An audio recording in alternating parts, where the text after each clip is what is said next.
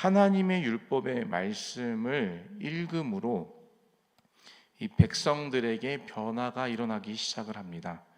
가장 먼저는 이 율법의 말씀을 통하여서 죄를 깨닫게 되는 것이었죠. 말씀을 통해 지금까지의 우리의 삶을 돌아보니 죄악된 삶이었다라는 것을 깨닫게 된 것입니다.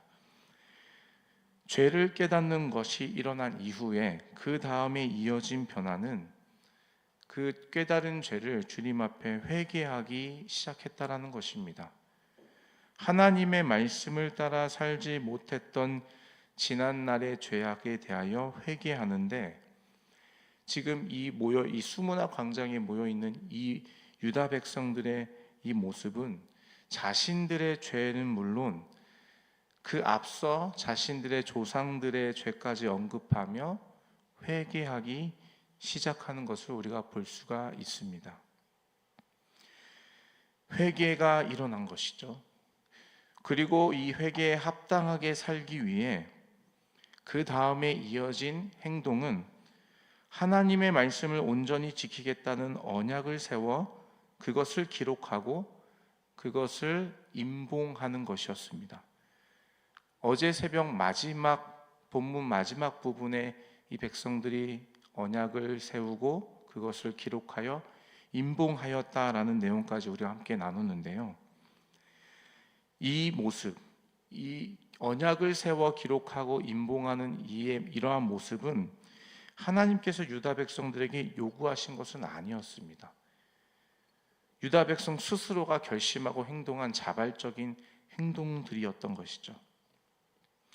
유다 백성들이 하나님의 말씀을 따라 살아가겠다라는 굳은 의지와 결단을 보여주는 행동이 바로 언약을 세워 그것을 기록하여 임봉하는 이런 행동들이 바로 그 유다 백성들이 하나님 앞에서 이제 말씀에 순종하며 살겠다는 그런 의지와 결단을 보여주고 있는 것입니다.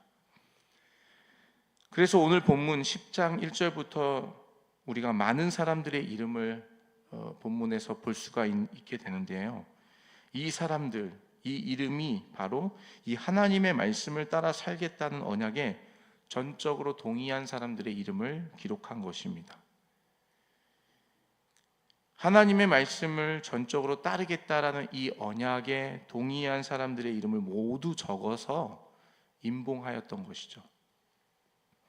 특별히 1절부터 쭉 이어지는 이 이름들의 내용, 이 나열된 이름들은 세 부류로 정리되어서 기록이 되어 있는 것을 우리가 볼 수가 있는데요. 1절부터 8절까지의 이름은 총독 느헤미야를 시작하여서 당시 유대 공동체를 섬기고 있었던 제사장들의 이름이었고요. 9절부터 13절은 레위 사람들, 성전에서 하나님의 일을 돕는 레위 사람들의 이름이 9절부터 13절까지 기록이 되어 있고요. 14절부터 27절까지는 지금 유다 공동체를 섬기고 있는 방백들, 이 백성들의 우두머리라고 볼 수 있는 방백들의 이름이 쭉 기록이 되어 있습니다. 총독과 제사장, 레위 사람들과 방백들의 이름을 기록하였다라는 것은 그 당시 유다 공동체를 대표하는 사람들의 이름을 기록한 것이죠. 이것은 이름이 기록된 사람들만 이 언약에 동의했다라는 것이 아니라 유다 공동체 전체가 이 언약에 대하여 동의했다라는 의미와 같습니다. 이들이 공동체의 대표이기 때문에 이들의 이름이 기록되었다라는 것은 이들만 이 언약에 동의하고 동참하겠다라는 의미가 아니라 공동체 전체가, 우리 공동체 전체가 하나님의 말씀을 따라 지키며 살겠다라는 이 언약에 사인한 셈과 마찬가지라는 것이죠. 우리가 이 나열된 이름들, 제사장들, 총독 느헤미야를 시작하여 제사장들, 레위 사람들, 백성의 우두머리들의 이름이 이렇게 순차적으로 기록되어 있는 이 부분을, 이 이름들을 통하여서 우리가 한 가지 볼 수 있는 것은 당시 유대 공동체의 리더들이 이 언약에 대하여 동참하고 먼저 솔선수범하면서 공동체에 대한 책임감을 보여주고 있다는 것을 우리가 좀 주목해 볼 필요가 있습니다. 당연히 이 이름들이 기록되어 있는 것이 당연하다고 우리는 생각할 수 있겠지만, 만약에 유대 공동체의 리더들, 제사장, 레위 사람들, 이 방백들이 이 일에 동참하지 않았다라면 아마 이 유대 공동체의 이 하나님의 말씀을 지키겠다고 결의한 이 내용들이 실제로 지켜졌을까라는 의문이 생길 수가 있죠. 공동체에 대한 책임감, 리더들이 가지고 있는 이 공동체, 내가 섬기고 있는 이 공동체에 대한 책임감을 볼 수가 있는 내용인 것이죠. 리더는 공동체에 대한 책임을 다할 때 그 리더십이 진정으로 발휘가 됩니다. 그래서 리더는 더 솔선수범해야 하고 본이 되어야 되는 것이죠. 그로 인해서 물론 어려움도 있습니다. 물론 포기해야 하는 것도 있습니다. 그렇다고 책임을 다하지 못한다면 리더로서 인정받기는 어렵다라는 것이죠.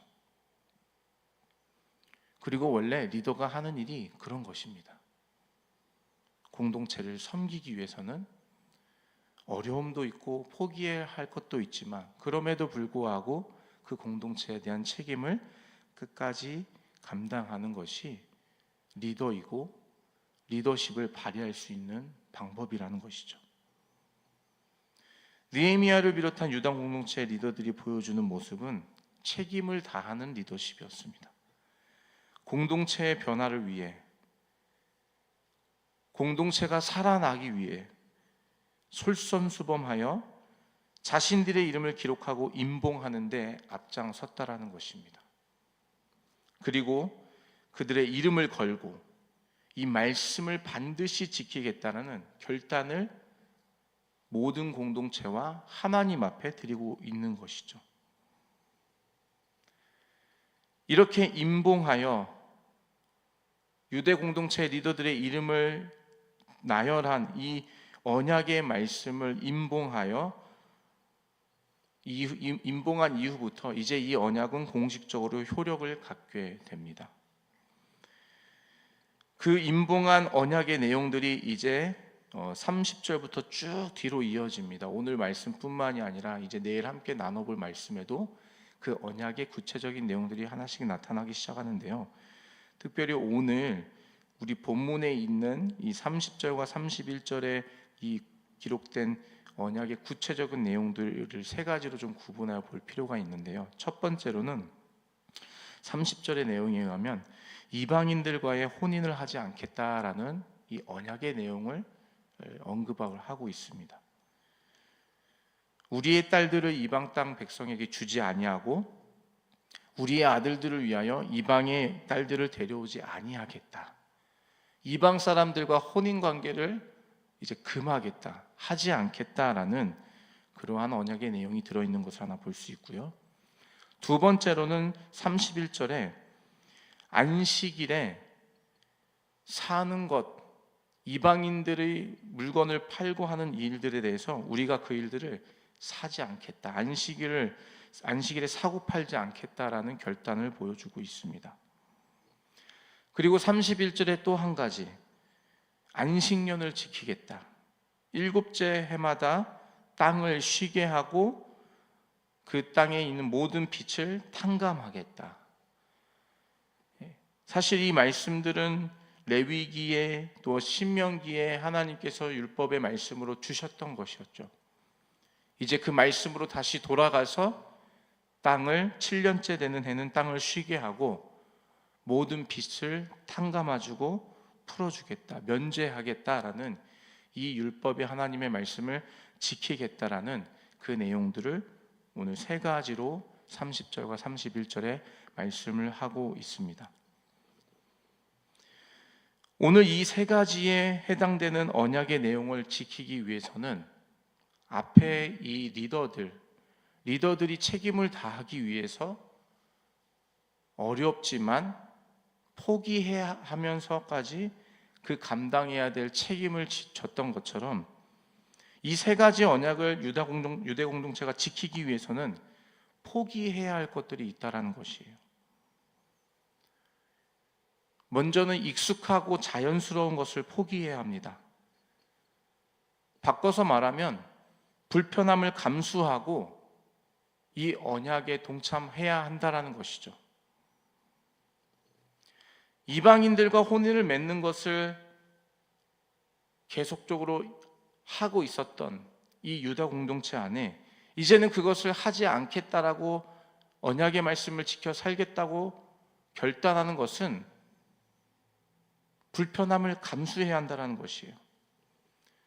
어쩌면 그 당시 문화적인 관점에서 이방인들과 혼인관계를 맺는 것은 이제 유대 공동체 안에서도 자연스러운 일이었을 것이라고 생각이 돼요. 자연스러운 일. 자연스러운 유다 공동체의 일상으로 이제는 전락해버린 이 혼인적인 문화가, 이방인들과 혼인을 하는 그 문화가 벌써 유다의 공동체 안에 자리를 잡고 있는데, 그것을 거슬러서 이제는 이방인과 혼인을 하지 않겠다라고 말한다는 것은 불편함을 감수하고 의지적인 노력과 결단의 노력이 필요한 일이라는 것이죠. 자연스럽게 받아들였던 것을 거부하는 것은 여러분 쉬운 일이 아닙니다. 기존의 법이 바뀌면 많은 사람들이 불편을 호소하고 혼란스러워하죠. 여러분, 우리가 살고 있는 지금 이 상황에서 만약에 너무나도 자연스럽게 우리가 받아들이고 있었던 일들을 법이라고 새로운 법이 제정되어서 그걸 금한다고 한다면 여러분 상당히 불편한 일이 될 겁니다. 우리에게. 예를 들면요, 만약에 법이, 뉴욕시의 법이 새롭게 제정되는데 물건을 살 때 카드 결제만 받는다, 이제 현금 결제하지 않는다라는 법이 생겼다고 해보십시오. 얼마나 불편하겠습니까? 반대로 이제는 카드 결제하지 않고 현금으로만 결제할 수 있다라고 법이 생긴다면 여러분 얼마나 불편하겠습니까?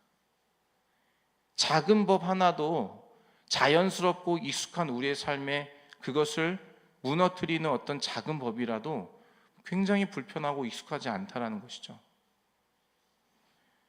마찬가지로 이방인들과 혼인을 하지 않겠다?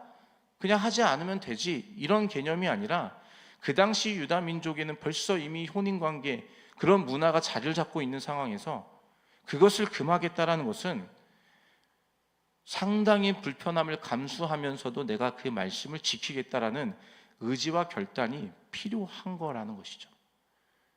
그 불편함을 감수함이 없이는 이 말씀, 이 언약을 지킬 수가 없다라는 것입니다. 자연스러운 습관을 버리지 못하면 지킬 수 없는 것이죠. 안식일에 이방인들과 사고팔고 하는 것들도 마찬가지입니다. 자연스럽게 안식일에 이방인들이 파는 것들을 사고 먹고 즐기고 했었던 이 유다 민족들이었는데, 유다 백성들이었는데 이제는 그것을 금하게 된다면 안식일을 위해서 미리 무언가 사놔야 돼요. 안식일에는 사지 못하니까요. 그렇게 하면 되지라고 생각하지만 여러분 상당히 불편한 일이죠. 익숙하고 편한 것을 거부하고 불편함을 선택해야 돼요. 하나님의 이 말씀의 언약을 지키기 위해서는 나의 자연스럽고 너무나도 당연하게 받아들였던 내 삶에 너무나도 자연스럽고 익숙했던 그것을 버리고 불편함을 선택해야지 이 말씀을 지키고 살아갈 수 있다는 것이죠. 그것을 감내하지 못한다면 말씀을 지키다가도 실패하기 마련이라는 것입니다. 안식년을 지키는 것도 마찬가지죠. 7째 해마다 파종하지 않고 땅을 쉬게 만들고 빚진 자들에게 모든 빚을 탕감해 주라는 것. 1년 동안 여러분 땅을 놀리는 그런 결단, 그런 불편함, 그것을 포기함이 없이는 이 언약의 말씀을 지키기가 어렵다라는 것입니다. 다시 말해서 언약의 말씀을 기록하고 임봉했다라는 것은 하나님 말씀을 가장 우선하여 그 말씀을 기준 삼아 비록 내 삶이 불편해져도, 비록 내 삶에 내가 무엇인가 포기함이 있어도 그것을 감내하면서 살아가겠다라는 의지와 결단이 바로 이 언약의 말씀을 기록하여 임봉하였던 이 유다 민족들의 지금 이와 같은 모습이라는 것이에요. 이 임봉한 언약 뒤에는, 이면에는 그러한 의지와 결단에 감내하는 것들이 포함되어 있다라는 것입니다. 표면적으로 드러나진 않았지만 그것이 이 언약을 지키기 위한 핵심이라는 것이죠. 아무리 말씀을 듣고 자복하고 회개해도 눈물을 흘리며 옷을 찢으며 통곡을 하며 기도한다 할지라도 실제로 내 삶이 그렇게 말씀을 따라 살지 않으면, 실제로 내 삶이 내가 통회하고 자복한 그 기도의 내용대로 하나님, 제가 이제는 죄악의 길을 떠나서 하나님의 말씀의 길로 돌아서겠습니다, turn around, 돌아설미 없이는 그 하나님 앞에서 기도하고 눈물을 흘리며 자복하고 회개한 그 모든 회개는 거짓된 회개가 될 뿐이라는 것이죠.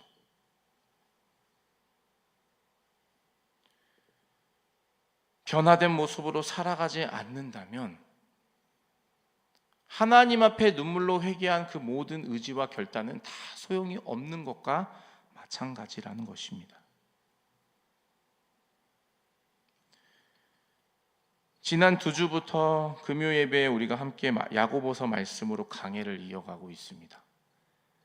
오늘 또 금요 예배가 있죠. 저녁에 여러분 함께 은혜를 사모하시면서 이 예배의 자리로 나오시기를 권면드리는데요. 이 금요 예배 말씀, 특별히 야고보서 말씀으로 강해를 하고 있는 가운데 여러분, 야고보서의 핵심은 무엇입니까?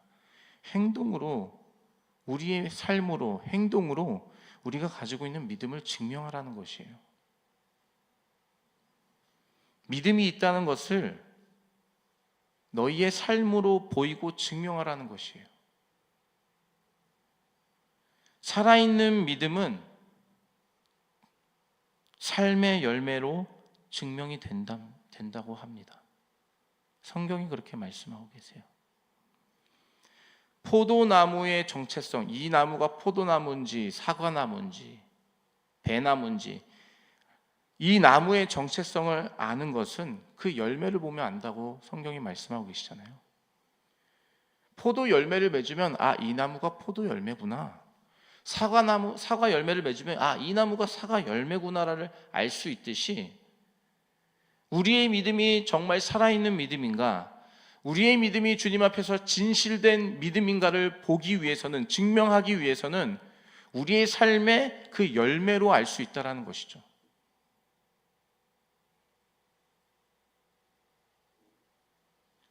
하나님의 성품을 닮은 모습이 우리 안에 있을 때, 내 삶에, 내 행동에, 내 말과 언행에 하나님의 성품을 닮은 모습이 우리에게 있을 때에 우리가 가지고 있는 이 믿음이 진짜 믿음이라는 것을 그때야 비로소 증명할 수 있다는 것이에요.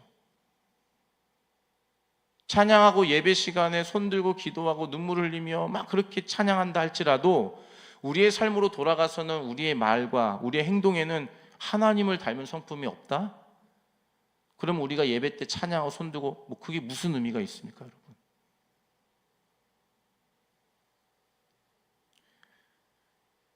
유다 공동체는 이제 이 언약의 결단을 함으로 인하여 이 결단을 실제로 지켜야 할 숙제를 가지고 있는 것이에요.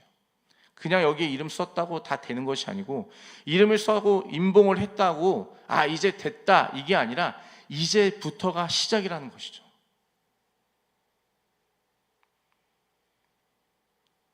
이 언약의 말씀대로 이제는 살아가야 하는, 내 삶으로 하나님의 말씀을 가장 우선시하겠다라는 그 믿음의 증거를 내 삶으로 보여줘야 하는 숙제가 남아있는 것이죠. 하나님의 말씀을 인생의 가장 우선으로 두고 그 말씀을 기준 삼아 순종하며 살아갈 때, 우리의 삶에서 그 말씀을 순종하며 살아가며 그 열매를 맺을 때, 그때 비로소 수문 앞 광장에서 회개한 그 회개가 참된 회개였다라는 것을 증명할 수 있는 것입니다. 주의 말씀을 받는 저와 여러분도 우리가 말씀의 은혜를 받았다라는 고백을 할 수가 있는데요, 그 말이 정말 진짜 은혜를 받는 것으로 증명하기 위해서는 그럼 그 말씀 따라서 우리의 삶으로 나아가 그렇게 살아가며 열매를 맺을 때 우리가 고백하는 정말 말씀의 은혜를 받았다라는 것이 증명이 되는 것입니다.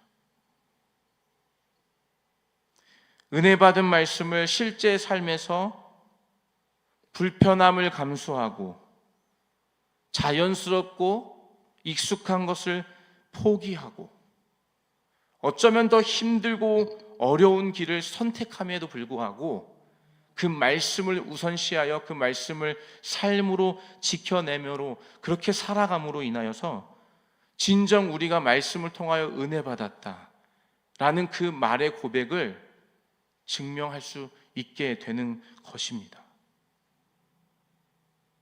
말씀을 받은 우리에게는 삶으로 그것을 증명해야 할 숙제가 있는 것이죠. 숙제를 제대로 하지 않으면 다음 단계, 다음 챕터로 넘어갈 수가 없어요. 설령 넘어간다 한들 따라가지를 못하더라고요. 오늘 우리에게 주신 숙제, 하나님의 말씀을 우리의 삶으로 순종하며 살아내는 그 숙제를 오늘 우리가 감당해내지 못한다면 내일 우리에게 주실 하나님의 말씀의 또 다른 챕터를 넘어가기에는 우리가 어려움을 느낄 수 있다는 것이죠. 그래서 오늘 우리에게 주신 이 하나님의 말씀을 통하여 주신 숙제를 우리가 오늘 잘 감당해야 되는 것입니다. 우리가 예배에 나와 주님 앞에 간구하고 주의 말씀을 듣고 우리를 깨우치시는 그 성령의 인도하심을 따라 깨닫는 은혜가 있다고 한다면 이제는 그 말씀대로 살아가야 할 우리의 책임이 남아있다는 것이죠. 그렇게 살아가시는 저와 여러분 되시기를 주님의 이름으로 축복합니다. 오늘 우리에게 남아있는 숙제가 있습니다. 그렇게 숙제를 잘 신실하게 감당하셔서 하나님 앞에 칭찬받는, 충성된 종으로 칭찬받는 저와 여러분 되시기를 다시 한번 주님의 이름으로 축복합니다. 아멘.